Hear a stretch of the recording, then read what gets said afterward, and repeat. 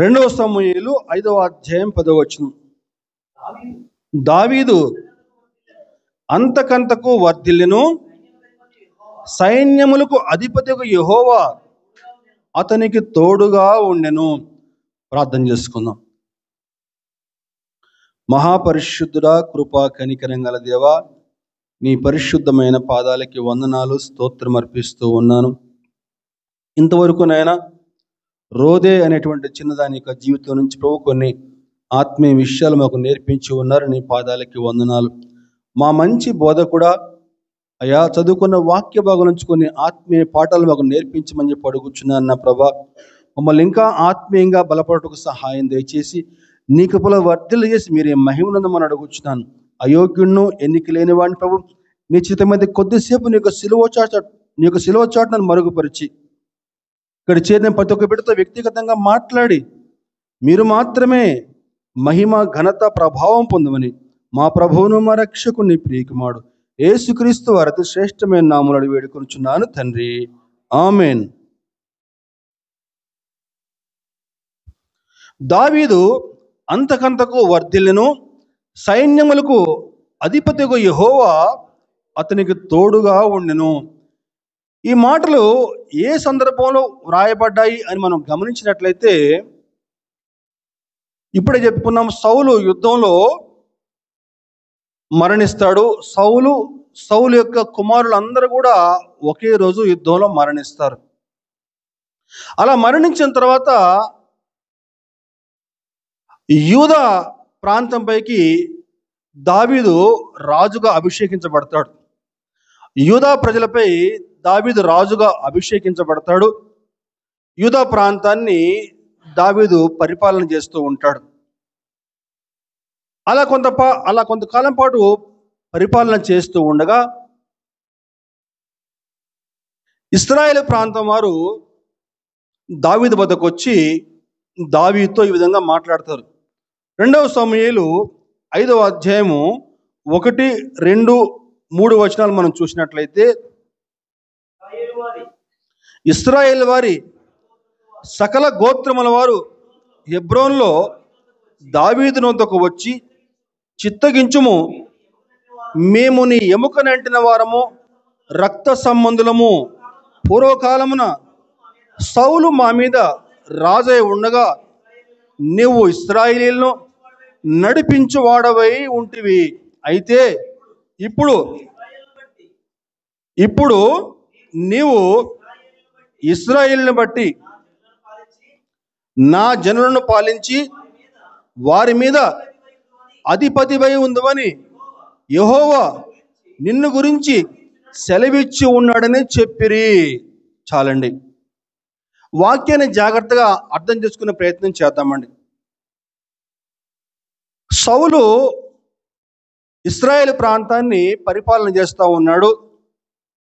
సౌలు బ్రతికుండగా దావీదు తన యొక్క సింహాసనాన్ని ఎక్కడ ఆక్రమిస్తాడో అని చెప్పని దావీదుని తరుముతా పోయాడు. సౌలు కుమారులు అందరూ కూడా ఒకే రోజు యుద్ధంలో మరణిస్తారు. మరణించిన తర్వాత దావీదు దేవుని వద్ద విచారణ చేస్తాడు. నాయనా, మరి ఇప్పుడు సౌలు మరణించాడు కదా, ఇప్పుడు నన్ను ఏం చేయమంటావు అని చెప్పానంటే, నువ్వు హెబ్రోనుకి వెళ్ళమని చెప్పి దేవుడు సెలవిస్తాడు. అలా దేవుని యొక్క ఆజ్ఞ పట్టుకుని యూదా ప్రాంతానికి వెళ్ళినప్పుడు యూదా ప్రాంత వాసులందరూ కూడా దావీదుని రాజుగా అభిషేకిస్తారు. మరి ఇశ్రాయేలు ప్రాంతము సౌలు మరణిస్తాడు, కానీ సౌలు కుటుంబీకులు ఆ యొక్క ఇశ్రాయేలు ప్రాంతాన్ని పరిపాలన చేస్తూ ఉంటారు. కానీ దావీదు ఇశ్రాయేలు ప్రాంత పెద్దల వద్దకు వెళ్ళి, నేను మీ మీద రాజుగా ఉంటానని చెప్పిన దావీదు అడగలేదు. మౌనంగా దేవుని యొక్క చిత్తం కోసం ఎదురు చూస్తూ ఉన్నాడు.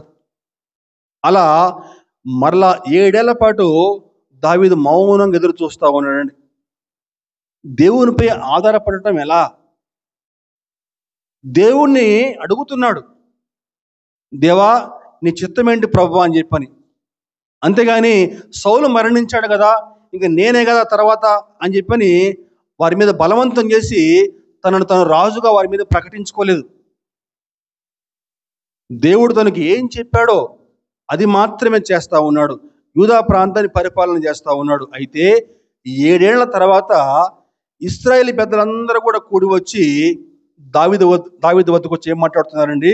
అయ్యా, మేము నీ ఎముకనంటిన వారము, రక్త సంబంధులము. పూర్వకాలమున సౌలు మా మీద రాజై ఉండగా నువ్వు ఇశ్రాయేలుని నడిపించువాడవే ఉంటివి. అయితే ఇప్పుడు నువ్వు ఇశ్రాయేలుని బట్టి నా జనులను పాలించి వారి మీద అధిపతిపై ఉందవని యెహోవా నిన్ను గురించి సెలవిచ్చి ఉన్నాడని చెప్పి, మరియు ఇశ్రాయేలు వారి పెద్దలందరూ హెబ్రోనులో రాజునొద్దకు రాగా రాజైన దావీదు హెబ్రోనులో యెహోవా సన్నిధిన వారితో నిబంధన చేసిన కనుక ఇశ్రాయేలు మీద రాజగుడికే వారు దావీదుకి పట్టాభిషేకము చేసిరి. హల్లెలూయా. ఒకరిక ప్రవర్తన యెహోవాకు ప్రీతికరమగునప్పుడు ఆయన వారి శత్రువులను సహా మిత్రులుగా చేస్తాడండి. మన ప్రవర్తన, మనకు నడవడిక దేవునికి అంగీకారంగా ఉంటే శత్రువులను కూడా దేవుడు మిత్రులుగా చేస్తాడండి. దావీదు వెళ్ళి బలవంతంగా వారి మీద తనను తాను రాజుగా ప్రకటించుకోలేదు.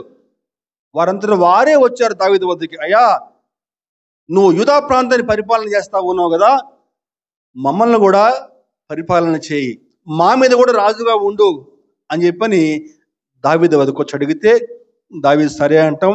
దావీదు ఇప్పుడు ఇశ్రాయేలు ప్రాంతంపైకి, యూదా ప్రాంతంపై కూడా రాజుగా అభిషేకించబడతాడండి. అయితే ఇశ్రాయేలు పైకి రాజుగా అభిషేకించబడ్డాడు, కానీ యెరూషలేం ప్రాంతం మాత్రము యెబూసీయుల యొక్క ఆధీనంలో ఉందండి. దావీదు రాజుగా అభిషేకించబడ్డాడని చెప్పి తెలుసుకున్న యెబూసీయులు ఏం మాట్లాడుతున్నారని చెప్పానంటే, 2 సమూయేలు 5వ అధ్యాయం 7వ వచనం చూస్తే, 2 సమూయేలు 5వ అధ్యాయం 7వ వచనం చూస్తే, యెబూసీయులు దావీదు లోపలికి రాలేడని తలంచి, నీవు వచ్చిన ఎడల ఇచ్చట గుడ్డివారును కృంటివారును నిన్ను తోలివేస్తారని దావీదుకు వర్తమానం పంపి ఉండిరి.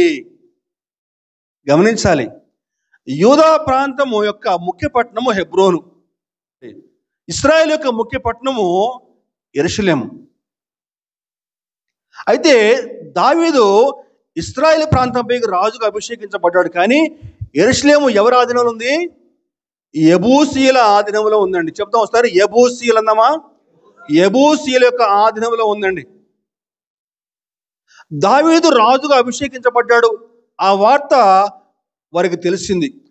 వారు ఏమన్నారని చెప్పారంటే, నిన్ను తోలివేయడానికి మాలో బలవంతులు అక్కర్లేదు దావీదు, కుంటివారు గుడ్డివారు చాలు, కుంటివారు గుడ్డివారు నిన్ను తోలేస్తారు అని చెప్పేసి దావీదు గురించి హేళనగా మాట్లాడుతూ ఉన్నారు. అసలు యెబూసీయులు ఎవరు? అంత హేళనగా దావీదు పైన మాట్లాడటానికి కారణం ఏంటి? వారికి అంత ధైర్యం అసలు ఎక్కడి నుంచి వచ్చింది? ఒక్కసారి మనం చరిత్రలోకి వెళ్దామండి. ఈరోజు మన వాక్యాంశం ఏంటని చెప్పానంటే, నీ హృదయము యెబూసీయులకు నిలయమా లేదా యేసయ్య దేవాలయమా? ఇది మన వాక్యాంశం అండి. నీ హృదయము యెబూసీయులకు నిలయమా లేదా యేసయ్యకు దేవాలయమా? అసలు యెబూసీయులు ఎవరు? ఈ యెబూసీయుల నుంచి మనం ఇటువంటి ఆత్మీయ పాఠాలు తెలుసుకోవచ్చు. ఇక ఆధ్యాత్మిక జీవితంలో యెబూసీయుల యొక్క పాత్ర ఏంటి తెలుసుకుందాం. చరిత్రలోకి వెళ్దామండి. ఆదికాండము 15వ అధ్యాయము 18 నుంచి 21కి వస్తే, ఆదికాండం 15వ అధ్యాయం 18 నుంచి 21. ఆ దినమందే యెహోవా ఐగుప్తు నది మొదలుకొని గొప్ప నది అయిన యూఫ్రటీసు నది వరకు ఈ దేశమును, అనగా కెనీయులను, కనిజ్జీలను, కద్మోనీయులను, హిత్తీలను, పెరిజ్జీయులను, రెఫాయీలను, అమోరీయులను, కనానీయులను, గిర్గాషీయులను, అదిగో యెబూసీయులను నీ సంతానములకు ఇచ్చి ఉన్నానని అబ్రాహాముతో నిబంధన చేసెను. ఎక్కడికి వచ్చాము మనం? అబ్రహాం కాలం కాడికి వచ్చామండి. గమనించాలి, దేవుడు అబ్రహాముకి పాలు తేనెలు ప్రవహించే దేశాన్ని స్వాస్థ్యంగా ఇస్తానని చెప్పని వాగ్దానం ఇచ్చాడు. అయితే అబ్రహాం యొక్క సంతానం ఆ దేశాన్ని స్వాధీనం చేసుకోక ముందే అక్కడ ఈ 10 జాతుల వారు నివాసం ఉంటా ఉన్నారు. కానీ దేవుడు అబ్రహాముకి వాగ్దానం ఇచ్చాడు, ఆ 10 జాతుల వారిని నేను అక్కడి నుంచి తోలివేసి మీకు ఆ దేశాన్ని నేను కానుకగా ఇస్తానని చెప్పని దేవుడు అబ్రహాముకి వాగ్దానం ఇచ్చాడు. జ్ఞాపకం చేసుకోవాలండి. ఒక్క అడుగు ముందుకేస్తే అబ్రహాం కాలం ముగిసిపోయింది. తర్వాత మోషే కాలం మీదకి వస్తే మోషే కాలంలో దేవుడు మోషేకు ఏ విధంగా వాగ్దానం ఇస్తున్నాడు గమనిద్దామండి. ద్వితీయోపదేశకాండం 7వ అధ్యాయము 1-2 వచనాలు చూస్తే, ద్వితీయోపదేశకాండం 7వ అధ్యాయము 1-2 వచనాలు చూస్తే, నీవు స్వాధీనపరుచుకునబో దేశములోనికి నీ దేవుడైన యెహోవా నిన్ను చేర్చి బహుజనములను అనగా సంఖ్యకును బలమునకును నిన్ను మించిన హిత్తీలు, గిర్గాషీయులు, అమోరీయులు, కనానీయులు, పెరిజ్జీలు, హివ్వీలు, అదిగో యెబూసీయులు అను 7 జనములను నీ ఎదుట నుండి వెళ్ళగొట్టిన తర్వాత నీ దేవుడైన యెహోవా వారిని నీకు అప్పగించినప్పుడు నువ్వు వారిని హతము చేయవలను, వారిని నిర్మూలము చేయవలను, వారితో నిబంధన చేసుకునకూడదు, వారిని కరుణింపకూడదు. గమనించాలండి, దేవుడు మోషేకు స్పష్టమైన వాగ్దానం ఇచ్చాడు. ఏంటని చెప్పారంటే, మీకు ఏ దేశాన్ని నేను కానుకగా ఇవ్వబోతా ఉన్నానో అక్కడ ఈ 7 జాతుల ప్రజలు ఉన్నారు. అయితే మీరు ఆ దేశాన్ని స్వాధీనపరుచుకున్నప్పుడు అక్కడ ఉన్నటువంటి 7 జాతుల ప్రజలను ఏం చేయాలట? వెళ్ళగొట్టాలి అక్కడి నుంచి. వారి మీద మీరు కనికరం చూపకూడదు.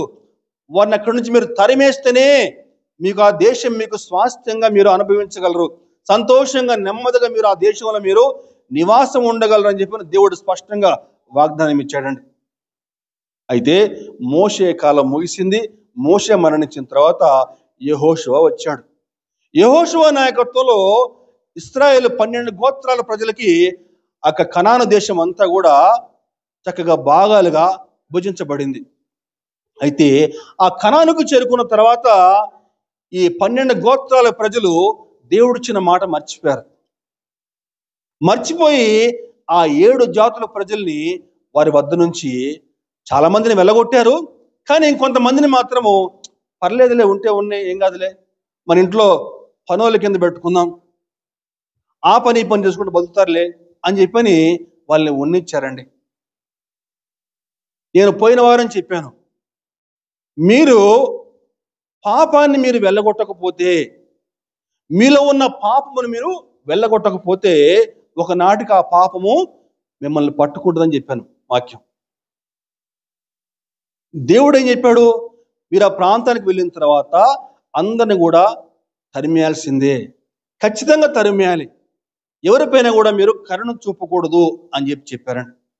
కానీ వీళ్ళు ఏం చేస్తారని చెప్పారంటే, చాలా మందిని తరిమేశారు, కానీ అక్కడక్కడ కొంతమందిని ఉంచారండి. ఆ న్యాయాధిపతుల గ్రంథంకి వస్తే మనకు ఆ విషయం మనకు స్పష్టంగా అర్థం అవుతుందండి. చక్కగా వివరించిన అక్కడ న్యాయాధిపతుల గ్రంథంలో న్యాయాధిపతుల 1వ అధ్యాయము 21, 28, 29, 29, 30, 21, 28, 29, 30. యెరూషలేములో నివసించు యెబూసీయులను బెన్యామీనీలు వెళ్ళగొట్టలేదు. యెబూసీయులు బెన్యామీనులతో కూడా నేటి వరకు యెరూషలేములో నివసించుచున్నారు. అలాగే 28 కూడా చూస్తే, ఇశ్రాయేలీయులు బలవంతులైన తర్వాత వారు కనానీయుల చేత వెట్టి పనులు చేయించుకుని కానీ వారిని బొత్తిగా వెళ్ళగొట్టలేదు. అలాగే ఎఫ్రాయిమీలు గెజరులో నివసించిన కనానీయులను వెళ్ళగొట్టలేదు. గెజరులో కనానీయులు వారి మధ్య నివసించిరి. తర్వాత జబూలీనీలు కిత్రోను నివాసులను, నహోలులో నివాసులను వెళ్ళగొట్టలేదు. కనానీయులు వారి మధ్య నివసించే వారికి వెట్టి పనులు చేయువారైరి. ఏముందండి అక్కడ? వెళ్ళగొట్టలేకపోయారు. ఏం కాదులే అనుకున్నారు. వెట్టి పనులు చేస్తారు కదా, చాకరీ చేసే పనులు చేస్తారు కదా, మన కింద పనుల కింద ఉంటారు కదా అనుకున్నారండి. మీకు పోయిన వారం వాక్యం చెప్పాను. కనాను ప్రాంతం వాళ్ళు, కనాను వాసుల్ని వీళ్ళు వెట్టి పనివారుగా పెట్టుకుంటే చిట్ట చివరికి ఏమైందండి? కనాను రాజు యాబీను ఒక రాజుగా మారిపోయి ఇశ్రాయేలు పైకి ఆధిపత్యం చేశాడండి. ఎవరైతే మా కింద వెట్టి పనులు చేస్తారులే అని చెప్పి అనుకున్నారో, ఒకనాటికి వారు ఒక ప్రాంతంగా, ఒక రాజ్యంగా తయారైపోయి వారికి ఒక రాజు, ఆ రాజు మళ్ళీ వీరి మీద ఆధిపత్యం చేస్తా ఉన్నాడు. గమనించాలి. అయితే న్యాయాధిపతుల కాలం తర్వాత సౌలు రాజుగా వచ్చాడు. సౌలు రాజ్యం చేసిన నాళ్ళు కూడా యెబూసీయుల్ని వెళ్ళగొట్టలేకపోయాడు. యెబూసీయులు యెరూషలేము పైన ఒక కేంద్రంగా ఉండి ఆ ప్రాంతం అంతటిని కూడా పరిపాలన చేస్తూ ఉన్నారు. కానీ ఎప్పుడైతే ఈ దావీదు ఇశ్రాయేలు పైకి రాజుగా ప్రకటించబడ్డాడో, అభిషేకించబడ్డాడో, దావీదు ఊరుకోలేదండి. ఎలా అయినా సరే యెబూసీయులను అక్కడి నుంచి తరిమేయాల్సిందే అని చెప్పని కంకణం కట్టుకున్నాడు. ఎందుకంటే యెరూషలేము ప్రాంతం అనేది ఇశ్రాయేలుకి ఒక గుండెకాయ లాంటిది, ముఖ్య పట్టణం అండి. ఆనాడు అబ్రహాము దేవుని యొక్క ఆజ్ఞ పట్టుకుని తన కుమారుడు ఇస్సాకుని బలిగా అర్పించబోయిన స్థలము ఆ యొక్క యెరూషలేము ప్రాంతమే. దేవుడు అబ్రహాముకు చెప్పాడు కదా, నీకు ఒక్కనొక కుమారుడు నాకు బలిగా అర్పించని చెప్పానంటే, అబ్రహాము మారు మాట్లాడకుండా కుమారుడిని తీసుకుని ఒక ఎత్తైన కొండపైకి వెళ్ళాడు కదా, అదిగో ఆ కొండ ప్రాంతమే యెరూషలేము ప్రాంతం. దేవుని యొక్క కనుదృష్టి నిలిచి ఉండేటువంటి ప్రాంతము యెరూషలేము పట్టణం అండి. సమాధాన పట్టణం అని కూడా దానికి పేరు. సింహాన్ని, ఎలుగుబంటిని, 6 మూళ్ల జానడెత్తు గొల్యాతును చంపినటువంటి దావీదుకి ఈ యెబూసీయులను చంపడం ఒక లెక్క కాలేదు. అయితే దావీదు ఆ రోజు సైన్యానికి ఒక ఆఫర్ చేశాడు.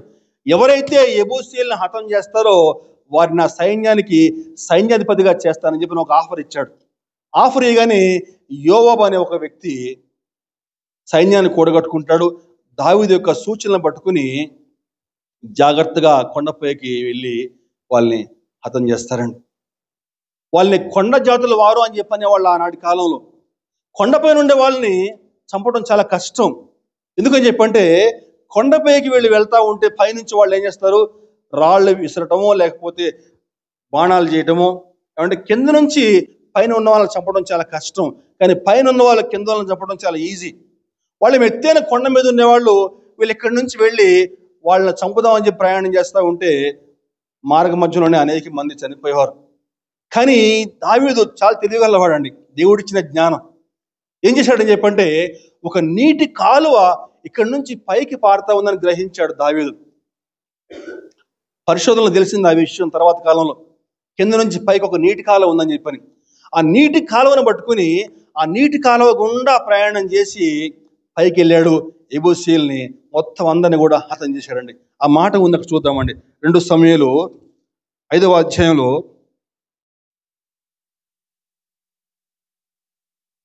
8వ వచనమండి. 5:8 యెబూసీయులను హతము చేయు వారందరూ నీటి కాలువ పైకి వెళ్ళి దావీదునకు హేయులైన గుడ్డివారిని, కుంటివారిని హతము చేయవలనని చెప్పాను. అర్థమైందండి మాట మీకు? ఏమన్నారు యెబూసీయులు? దావీదు ఈ పట్టణంలోకి వస్తే గుడ్డివారు, కుంటివారు నిన్ను తోలివేస్తారని చెప్పి అన్నాడు. అదే మాట ఇప్పుడు ఏమంటున్నారని చెప్పంటే, గుడ్డివారిని, కుంటివారిని మీరు హతం చేయమని చెప్పేసి అందరిని చంపేసేసి ఆ ప్రాంతాన్ని స్వాధీనం చేసుకుంటాడండి. దేవునికి స్తోత్రం, హల్లెలూయా. ఆ తర్వాత మాట చూస్తే ఏముందని చెప్పారంటే, తర్వాత మాటలోనే మనకి దావీదు అంతకంతకు వర్ధిల్లెను, సైన్యములకు అధిపతికు యెహోవా అతనికి తోడుగా ఉండెను. అయితే యెరూషలేము ప్రాంతాన్ని అంతకుముందు జబూస్ అని చెప్పి పిలిచేవాళ్ళండి. జబూస్. ఎందుకంటే ఈ జబుసైట్స్ అనేటువంటి వాళ్ళు ఆ ప్రాంతాన్ని పరిపాలించేవారు కాబట్టి దానికి జబూస్ అనే ఒక పేరండి. ఆ జబూస్ కాస్త కూడా ఎప్పుడైతే దావీదు ఆ ప్రాంతాన్ని ఆక్రమించి స్వాధీనం చేసుకున్నాడో అదేమైంది, జబూస్ కాస్త యెరూషలేముగా మారిపోయింది. దాన్ని సియోను అని చెప్పని అంటారు, దావీదు పురము అని చెప్పని కూడా అంటారండి. తర్వాత అవన్నీ కూడా పేర్లు వచ్చినాయి. మొట్టమొదటిగా జబూస్ అని చెప్పి పిలిచేవాళ్ళండి. అయితే ఈనాడు మన విశ్వాస యాత్రలో, ఈనాడు మన యొక్క ఆత్మీయ యాత్రలో ఈ యెబూసీల్ని ఏ విధంగా జయించాలి? ఆనాడు దావీదు యెబూసీలు తరిమేసిన తర్వాతనే ఏముంది వాక్యంలో, అంతకంతకు వర్ధిల్లెను. ఈనాడు మనం కూడా మన యొక్క ఆత్మీయ జీవితంలో అంతకంతకు వర్ధిల్లాలని చెప్పానంటే ఈ యెబూసీల్ని మన జీవితంలో నుంచి తరిమి కొట్టాలండి. యెబూసీలు తరిమి కొట్టిన తర్వాతనే మన యొక్క ఆత్మీయ జీవితంలో మనం చక్కగా వర్ధిల్లగలం. అసలు ఇంతకీ యెబూసీలు అని చెప్పంటే ఎవరు? మనం ఆత్మీయంగా చూసుకుంటే ఈ యెబూసీలు ఆత్మీయత ఏమాత్రం లేనటువంటి లోక సంబంధులండి. ఎటువంటి ఆత్మీయత లేనటువంటి లోక సంబంధుల్ని ఈ యెబూసీయులు అని చెప్పని పిలుస్తూ ఉంటారు. హెబ్రీ భాషలో, ఆదిమ హెబ్రూ భాషలో మనకి జబూస్ అని చెప్పనంటే అర్థం ఏంటని చెప్పంటే తొక్కివేయువారు, లేకపోతే అణిచివేయువారు అని చెప్పిన అర్థం వస్తుందండి. ఏమొస్తుందండి? జబూస్ అంటే తొక్కివేయువారు, అణిచివేయువారు. మనం జాగ్రత్తగా అర్థం చేసుకుంటే ఆనాడు దేవుడు వారికి ఆ కనాను దేశాన్ని కానుకగా ఇస్తానని చెప్పి అన్నాడు. కానీ ఆ కనాను దేశాన్ని వారు స్వాధీనం చేసుకున్నారు, కానీ ఆ యెరూషలేమును స్వాధీనం చేసుకోకుండా వారు వీళ్ళని తొక్కివేస్తా వచ్చారు. ఎంతకాలం పాటు?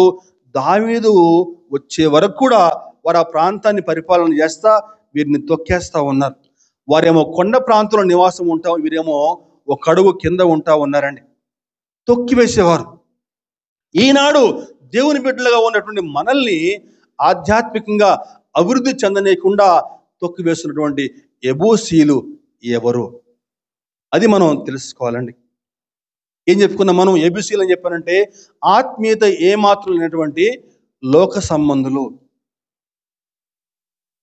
ఈరోజు దేవుని బిడ్డగా ఉన్న నీవు లోకాన్ని ప్రేమించేవాడుగా ఉన్నట్లయితే, లోక సంబంధమైన ఆశలు ఆలోచనలో ఉన్నట్లయితే నీ హృదయంలో ఖచ్చితంగా యెబూసీలు నివాసం ఉంటా ఉన్నారు.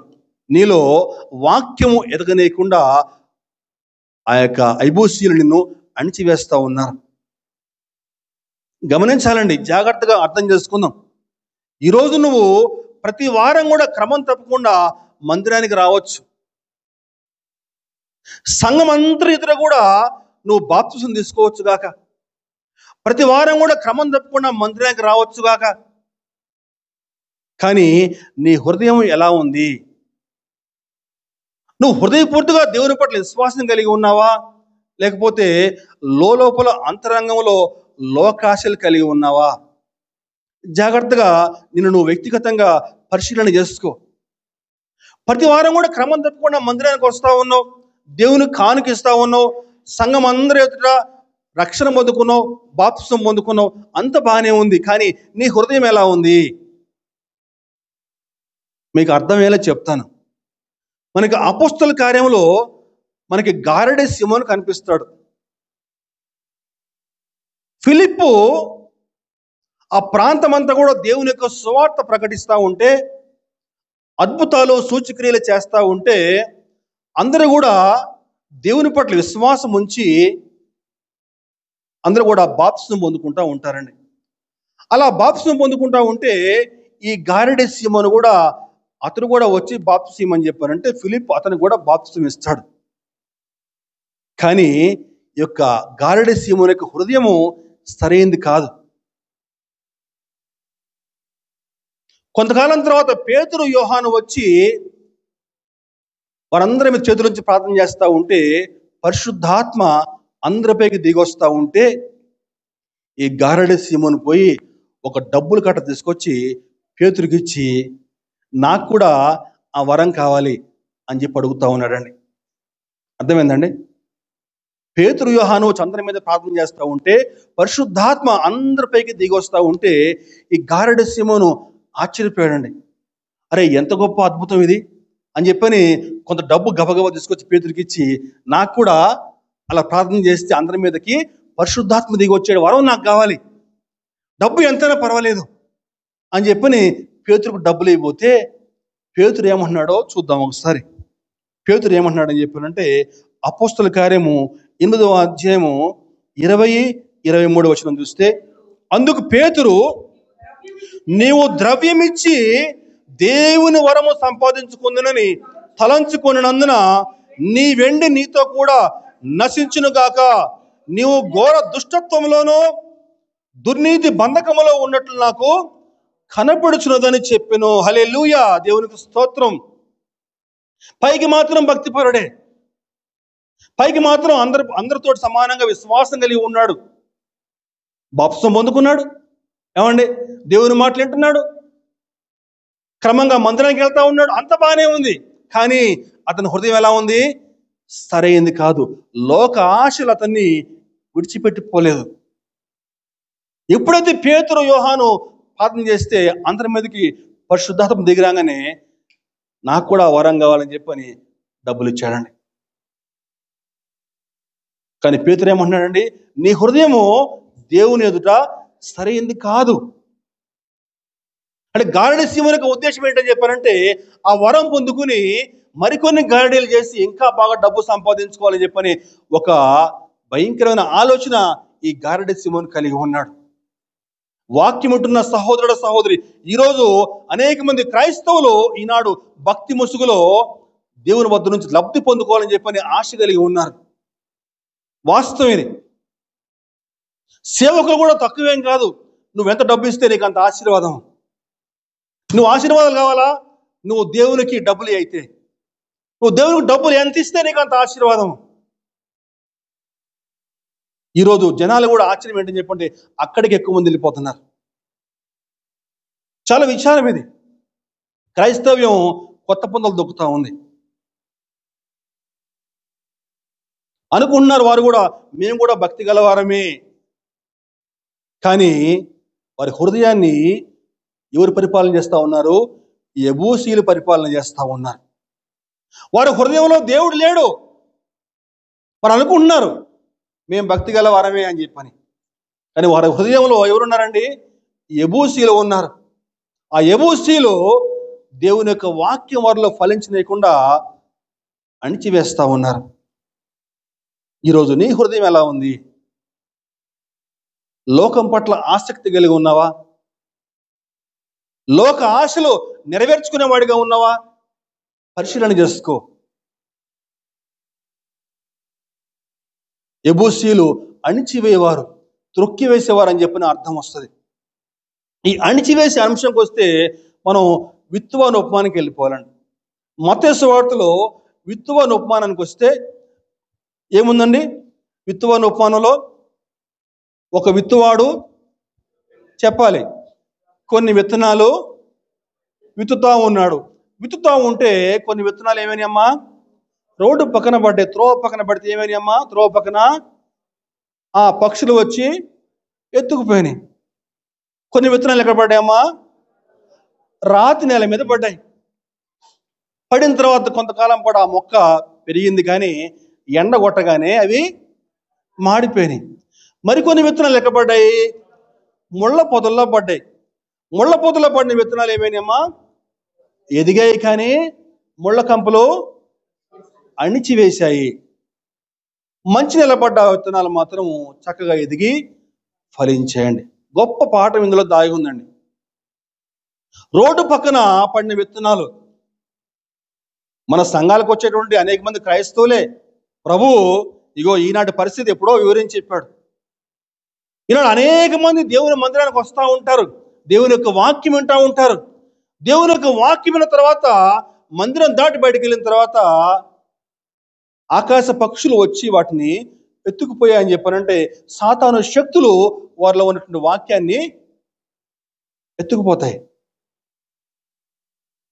మరుసటి వారం వచ్చిన తర్వాత ఏ వాక్యం చెప్పాడు? ఏ వాక్యం చెప్పారు? ఏం తెలుసు ఏ వాక్యం చెప్పారు? మరుసటి వారం దగ్గర కాదు, ఒకరోజు గడిస్తే చాలంతే.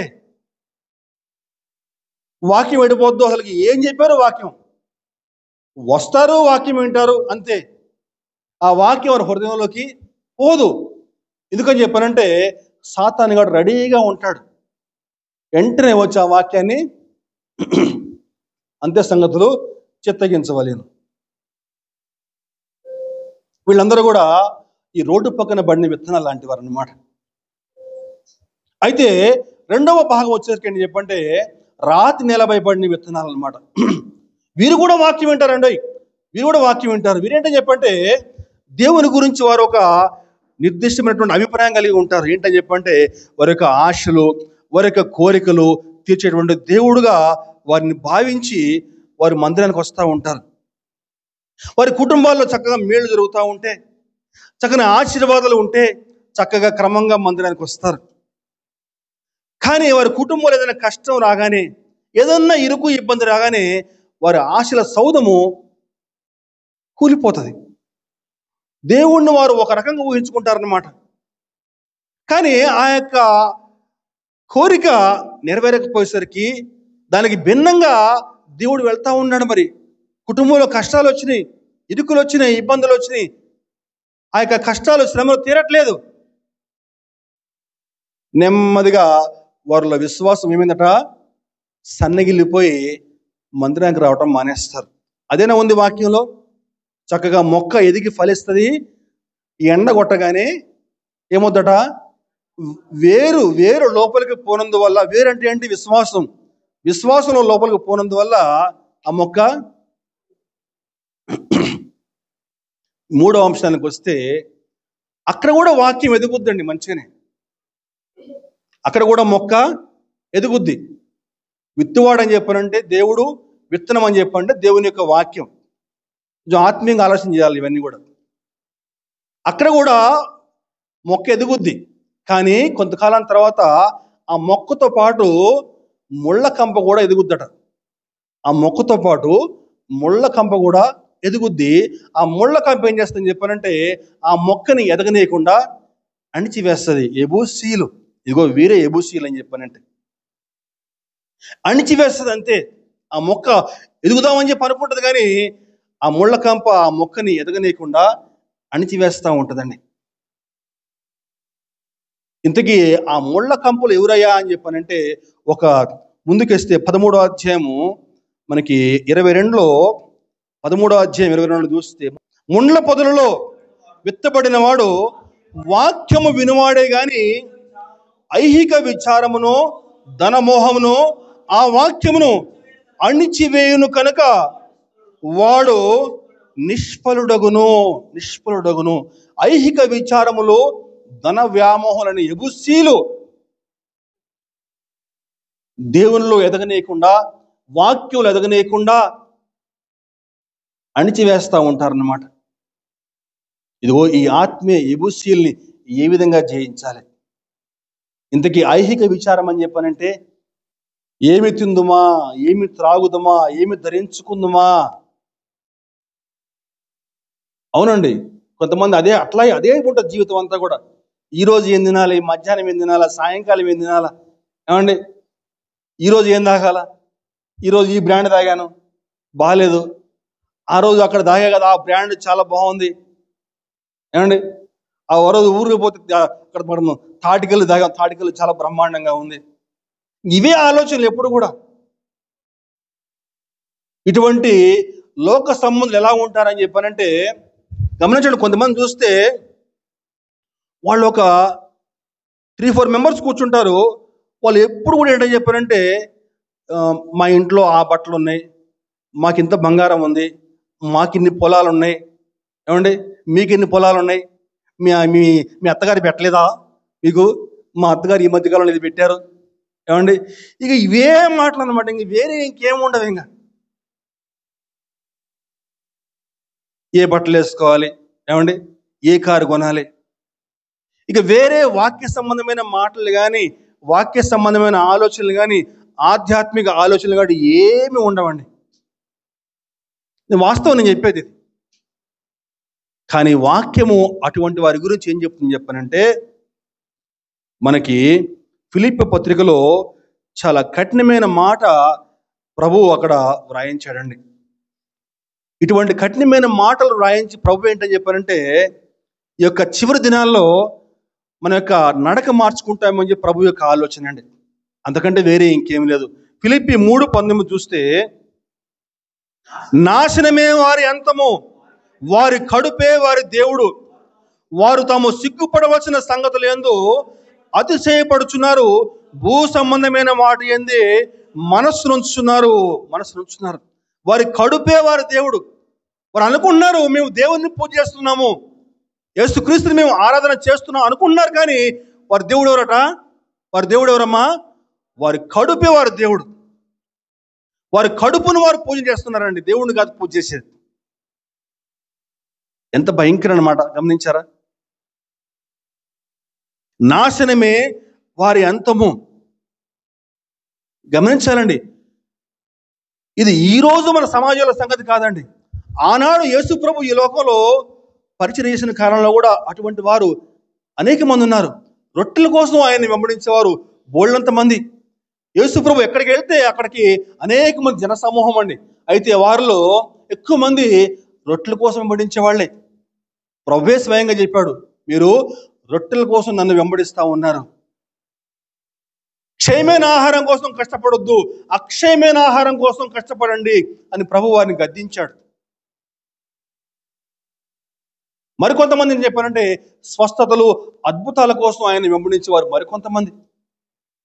ఇదిగో ఈనాడు కూడా అటువంటి వారు బోళ్ళంతమంది అద్భుతాల కోసం, స్వస్థతల కోసం దేవుని మందిరాలకు వస్తున్నారు. కొంతమంది ఈనాడు మనకు తెలుసు, అరటికాయలు, ఏమండి, కర్చీఫ్లు, మీకు తెలుసు, నాకంటే మీకు బాగా తెలుసు. అక్కడికి ఎక్కువ మంది ప్రజలు వెళ్ళిపోతా ఉన్నారండి. నాశనమే వారి అంతమని వాక్యం సెలవిస్తా ఉందండి. ఇగో యెబూసీలు వారి గుండెల్లో తిష్ట వేసుకొని కూర్చున్నారు. ఇక వాక్యం వారి హృదయాల్లో ఎక్కడ ఫలిస్తుంది? ఫలించే అవకాశమే లేదు. ఐహిక విచారములు, ఏమి తిందుమా, ఏమి త్రాగుదమా, దేవుని మందిరానికి వెళ్ళి దేవుని వాక్యం వినేది పక్కన పెట్టి అద్భుతాలు కావాలి, వీళ్ళకి స్వస్థతలు కావాలన్నమాట. వాక్యం వీరిలో ఫలించే అవకాశమే లేదు. రెండవదిగా ధన వ్యామోహము. ధన వ్యామోహం అని చెప్పారంటే ధనం పైన విపరీతమైన ఆశ అండి. దేవుడిచ్చిన దాంతో సంతృప్తి చెందకుండా ఇంకా కావాలి, ఇంకా కావాలని చెప్పని ఆశ, ఆలోచన, అపేక్ష కలిగి తప్పుడు మార్గాల్లో డబ్బు సంపాదించుకోవాలని చెప్పని ఆలోచన కలిగి ఉన్న వారిని ఇగో ఈ ధన వ్యామోహం కలిగిన వారని చెప్పి చెప్తారండి.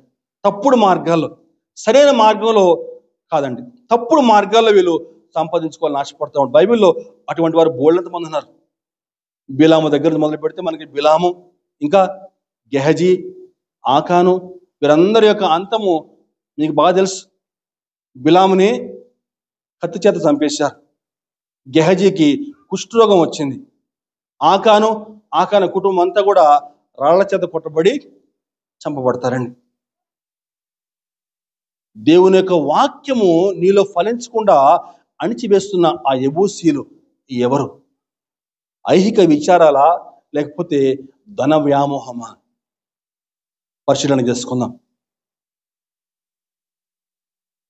మరికొంతమంది జీవితాల్లో నిరాశ గూడు కట్టుకుని ఉంటుందండి. నిరాశ గూడు కట్టుకుని దేవుని పట్ల ఒక రకమైన అసంతృప్తి కలిగి ఉంటారు. మందిరాలకు వస్తూ ఉంటారు కానీ ఏదో మొనాటనీగా వస్తూ ఉంటారండి.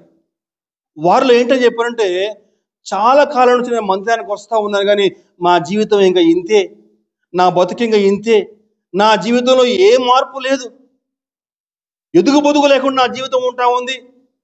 ఇగో ఆమె చూస్తే చక్కగా ఇల్లు కట్టుకుంది మొన్ననే, అదిగో ఆయన చూస్తే చక్కగా కారు కొనుక్కున్నాడు, నా జీవితం ఇంక ఇంతే ఉంది, నేను ఎప్పుడు అభివృద్ధి పొందుతానే, నేను దేవుడు నా జీవితంలో ఎటువంటి మేళ్లు చేయలేకపోతున్నాడు అని చెప్పని నిరాశ గూడు కట్టుకుని మందిరానికి వస్తా పోతా ఉంటారు. కానీ దేవుని వాక్యం వినాలని చెప్పిన ఆసక్తి కానీ, దేవుని యొక్క వాక్యం వారి జీవితాల్లో అన్వయించుకోవాలని ఆసక్తి కానీ వారిలో ఏమాత్రం ఉండదండి. వస్తుంటారు మందిరానికి అంతే. నిరాశ అనే ముండ్ల కంప దేవుని యొక్క వాక్యం వారిలో ఫలించలేకుండా అణిచివేస్తూ ఉంటుందండి. ఈరోజు ఏ యెబూసీలు నీ హృదయాన్ని ఆక్రమించుకుని నీ హృదయంలో దేవుని యొక్క వాక్యం ఫలించనీయకుండా అణిచివేస్తా ఉన్నారు. ఎటువంటి యెబూసీలు నీ హృదయం దేవుని మందిరం కాకుండా అడ్డుకుంటా ఉన్నారు. పరిశీలన చేసుకుందాం. తిమోతి గారు మాట్లాడుతూ తిమోతి రాసిన పత్రికలో 1 తిమోతి 6వ అధ్యాయం 10వ వచనం చూస్తే, 1 తిమోతి 6వ అధ్యాయం 10వ వచనం, ఎందుకనగా ధనాపేక్ష సమస్తమైన కీడులకి మూలము, కొందరు దానిని ఆశించి విశ్వాసము నుండి తొలగిపోయి నానా బాధలతో తమ్మును తామే పొడుచుకునిరి. ధనాపేక్ష సమస్తమైన కీడులకి, ధనం పైన అపేక్ష, విపరీతమైన అపేక్ష అండి. ఈనాడు కొంతమంది సేవకులు కూడా అలాగే ఉన్నారు. భక్తి ముసుగులో డబ్బు సంపాదించుకునేటువంటి అపేక్ష కలిగి ఉన్నారు. చాలా చాలా బాధాకరం అండి. ఈరోజు ఏ యెబూసీలు నీ హృదయాన్ని ఆక్రమించుకున్నారు? నీ హృదయము దేవుని మందిరం కాకుండా ఏ యెబూసీలు నీ హృదయాన్ని ఆక్రమించుకున్నారు? నీ యొక్క వాక్యాన్ని అణిచివేసే ప్రయత్నం చేస్తా ఉన్నారు. ఎందుకు ఈ మాట చెప్తున్నా అని చెప్పంటే, దావీదు యొక్క పరిపాలన క్రమంలో చిట్ట చివరి యెబూసీని తరిమేసిన తర్వాతనే అక్కడ దేవుని మందిరం కట్టబడింది. దావీదు యొక్క కుమారుడు సొలొమోను ఒక చక్కని మందిరం కట్టాడు. ఎక్కడ కట్టాడు తెలుసా? ఎక్కడ కట్టాడండి? అరౌనా యొక్క కళ్ళంలో కట్టాడండి. అరౌనా యొక్క కళ్ళంలో ఎవరి అరౌనా చూస్తారా ఒకసారి? అరౌనా ఎవరు? 2 సమూయేలు 24వ అధ్యాయం 18. ఈ వాక్యం చదువుతుంటే నాకు చాలా బాగా ఆశ్చర్యం వేసిందండి. 24:18.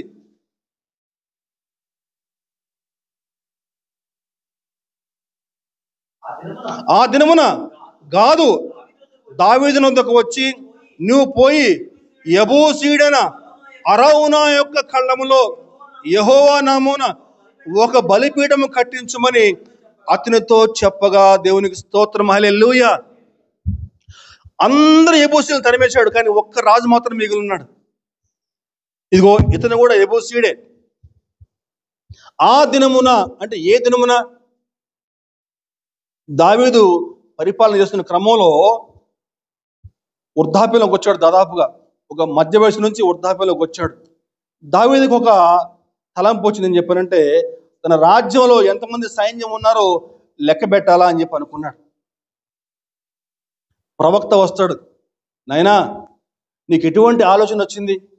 ఇంతవరకు నీ గొప్పతనం మీద నేను రాజ్యాన్ని పరిపాలన చేసావా? ఆనాడు గొల్యాతు పైకి నువ్వు యుద్ధానికి వెళ్ళావు కదా, అప్పుడు నీకు ఏ సైన్యం ఉంది? ఫిలిస్తీన్లు ఏ విధంగా చంపావు, అప్పుడు నీకు ఏ సైన్యం ఉంది? దేవుడే కదా నీకు సహాయం చేసేది.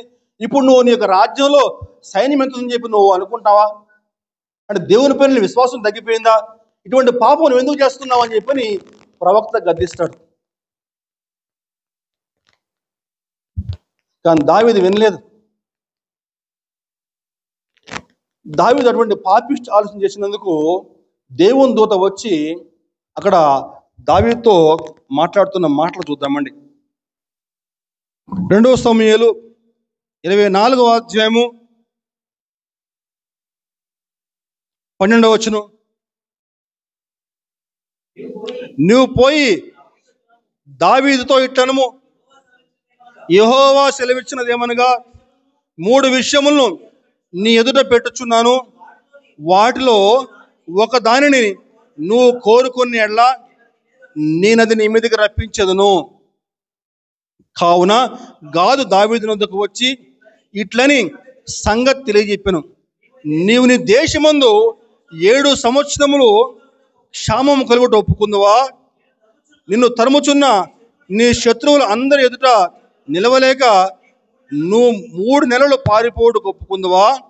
నీ దేశమందు 3 దినముల తెగులు రేగుటకు ఒప్పుకుందువా? దావీదు తప్పు చేశాడు. తన రాజ్యంలో సైనిక బలం ఎంత ఉందని చెప్పని దావీదు తెలుసుకోవాలని చెప్పి అనుకున్నాడు. అటువంటి పాపిష్టి ఆలోచన చేసినందుకు దేవుని కోపం వస్తుంది. ఈ ప్రవక్త గాదును పంపిస్తాడు దావీదు వద్దకి. 3 విషయాలు దావీదు ముందు పెట్టబడుతుంది. ఏంటని చెప్పారంటే, 7 సంవత్సరాల పాటు దేశంలో భయంకరమైన కరువు కావాలా, లేకపోతే 3 నెలల పాటు నువ్వు శత్రువుల దగ్గర నుంచి నువ్వు పారిపోవాలా, లేకపోతే 3 దినముల పాటు తెగులు కావాలా, నీకు ఏం కావాలో కోరుకో అని చెప్పి అంటారు. అలా అన్నప్పుడు దావీదు అంటాడు, అయ్యా, అన్యుల యొక్క చేతిలో పడటం కంటే దేవుని చేతిలో పడటమే మేలు. అన్యులు వచ్చి మమ్మల్ని బాధించే కంటే దేవుడు బాధ పెడితేనే మేము సంతోషంగా భరిస్తాం అని చెప్పని ఆ తెగులు ఒప్పుకుంటాడండి. ఎంత భయంకరమైన తెగులు అని చెప్పారంటే, ఆ ఒక్క తెగులు చేత ఆ రోజు దేశంలో 70,000 మంది చనిపోతారండి. 70,000 మంది. దావీదు ఎంతో దుఃఖంతో కన్నీళ్లతోటి వేడుకుంటాడు. ఆ యొక్క దూత వద్దకు వచ్చి ఏమంటాడని చెప్పారంటే 17వ వచనం, దావీదు జనులను నాశనం చేసిన దూతను కనుగొని యెహోవాను ఇలాగూ ప్రార్థించును, చిత్తగించుము, పాపము చేసిన వాడను దుర్మార్గముగా ప్రవర్తించేవాడను నేనే. గొర్రెల వంటి వీరేమి చేసిరి, నన్నును నా తండ్రి ఇంటి వారిని శిక్షించుము. నేను కదా నాయన పాపం చేసింది, ఈ ప్రజలు ఏం చేశారు, దయవుంచి నన్ను నా కుటుంబాన్ని శిక్షించి కావాలంటే అని చెప్పని దావీదు మోకాళ్ళ మీద పడితే, అప్పుడు ఆ దూత ఇలా మాట్లాడతాడు. ఏం మాట్లాడతాడని చెప్పానంటే, నువ్వు పోయి యెబూసీయుడైన అరౌనా యొక్క కళ్ళములో యెహోవా నామమున ఒక బలిపీఠము కట్టించమని అతనితో చెప్పగా. అదండి యెబూసీయుడైన అరౌనా యొక్క కళ్ళము అని చెప్పానంటే, మనకి ఎత్తైన ప్రాంతంలో మనకి ఏంటని చెప్పానంటే తూర్పార పడతా ఉంటారు కదా, మీకు ఐడియా ఉందమ్మా? ఐడియా ఉందే ఉంటుంది. పల్లెటూళ్ళలో కళ్ళాలు ఉంటాయి కదా, కళ్ళాల్లో ఎత్తైన ప్రాంతంలో ఎత్తైన ప్రదేశంలో నుంచుని ఒడ్లు తూర్పార పడతా ఉంటారు ఇట్లా. అప్పుడు ఆ పొట్టంతా కూడా వెళ్ళిపోద్ది కదా. అది ఆనాటి కాలంలో కళ్ళము ఎత్తైన ప్రాంతాలు ఉండేదండి. ఈ అరౌనా యొక్క కళ్ళము, అరౌనా అని చెప్పండి ఒక రాజు, అక్కడ ఆ కళ్ళములో దేవునికి ఒక మందిరం కట్టించు అని చెప్పని చెప్తారు. ఈ అరౌనా ఎవరు అని చెప్పారంటే యెబూసీయుడు. అంటే యెబూసీయుని దగ్గర నుంచి ఆ ప్రాంతం కూడా నువ్వు స్వాధీనం చేసుకోవాలి అని చెప్పని. అప్పుడు యెబూసీయుడు చెప్తాడు ఏంటని చెప్పంటే, ఈ ప్రాంతాన్ని నేను ఫ్రీగా ఇచ్చేస్తాను, దేవుని మందిరం కదా అని చెప్పానంటే, అప్పుడు దావీదు ఏమంటాడంటే, నాకు ఫ్రీగా వద్దు, నేను అది ఎంత ఖర్చో చెప్పు, నేను ఆ డబ్బు మొత్తం కూడా నేను ఇచ్చేస్తానని చెప్పని దావీదు ఆ డబ్బు అంతా కూడా ఇచ్చేస్తాడండి. డబ్బు పెట్టి దావీదు ఆ ప్రాంతానికి రాజు తలుచుకుంటే ఏమైనా చేయొచ్చు, కానీ ఫ్రీగా ఇస్తానని చెప్పండి మాత్రం ఒప్పుకోలే. దేవుని మందిరం కదా, దేవుని మందిరం కాబట్టి నాకు ఉచితంగా వద్దు, దానికి ఎంత డబ్బో చెప్పు, నేను ఆ డబ్బు అంతా కూడా నేను ఇస్తానని చెప్పి అప్పుడు దావీదు డబ్బు తీసుకొచ్చి డబ్బిచ్చి మరి ఆ స్థలాన్ని కొనుగోలు చేస్తాడండి. తర్వాత కాలంలో అదే ప్రాంతంలో సొలొమోను, దావీదు యొక్క కుమారుడు సొలొమోను అక్కడ ఒక చక్కని మందిరం అక్కడ నిర్మిస్తాడు. అదే సొలొమోను యొక్క మందిరం అండి. చాలా ప్రఖ్యాతిగాంచిన మందిరం, బంగారు దేవాలయం అని చెప్పని పేరు. ఎప్పుడు నిర్మించబడింది ఆ మందిరము? ఎప్పుడైతే యెబూసీయుడు, చివరి రాజు యెబూసీయుడు కూడా అక్కడి నుంచి తొలగించబడ్డాడో అప్పుడే అక్కడ మందిరము నిర్మించబడింది. ఈరోజు నీ హృదయంలో నుంచి ఆ యొక్క యెబూసీయులు తొలగించిన తర్వాతనే నీలో దేవుని యొక్క వాక్యం ఫలించగలుగుతుంది. ఆ యొక్క యెబూసీయులు నీలోంచి తొలగిపోకపోతే నీలో దేవుని యొక్క వాక్యం ఫలించే అవకాశం లేదు. దేవుని యొక్క మందిరం నీ హృదయంలో నిర్మించబడే అవకాశం లేదండి. ఎంతకాలం పాటు నువ్వు దేవుని మందిరానికి వచ్చినా సరే నీలో దేవుని యొక్క వాక్యం ఫలించదు. నీలో దేవుని యొక్క వాక్యం ఫలించకపోతే దేవుని వాక్యం సెలవిస్తా ఉంది, ఇదిగో గొడ్డలి చెట్ల వేరున ఉంచబడి ఉన్నది, ఫలించిన ప్రతి చెట్టు కూడా నరికివేయబడాలంతే, ఫలించిన ప్రతి చెట్టు కూడా. ఈరోజు అనేక దినాల నుంచి దేవుని మందిరానికి వస్తా ఉన్నావు, దేవుని యొక్క వాక్యం నీలో ఫలించగలుగుతుందా? దేవుని యొక్క వాక్యాన్ని ఎంతవరకు నీ జీవితంలో నువ్వు అన్వయించుకుంటున్నావు? దేవుని యొక్క వాక్యాన్ని ఎంతవరకు నీ జీవితంలో అప్లై చేసి నువ్వు నీ చుట్టూ ఉన్న ప్రజలకు చూపించగలుగుతున్నావు? దేవుని యొక్క వాక్యం వింటున్నావు, కానీ ఆకాశ పక్షులు వచ్చి ఆ వాక్యాన్ని ఎత్తుకుపోతున్నాయా? దేవుని యొక్క వాక్యం వింటా ఉన్నావు, కానీ రాతి నేల పడ్డ విత్తనాల వలె కొంతకాలం పాటు ఆ వాక్యం ఫలించిన తర్వాత కష్టాలు రాగానే మళ్ళా దేవుని మందిరాన్ని మానేసేవాడిగా ఉన్నావా? దేవుని యొక్క వాక్యం వింటా ఉన్నా కానీ ఏ యెబూసీలు ఆ వాక్యాన్ని అణిచివేసే ప్రయత్నం చేస్తా ఉన్నారు.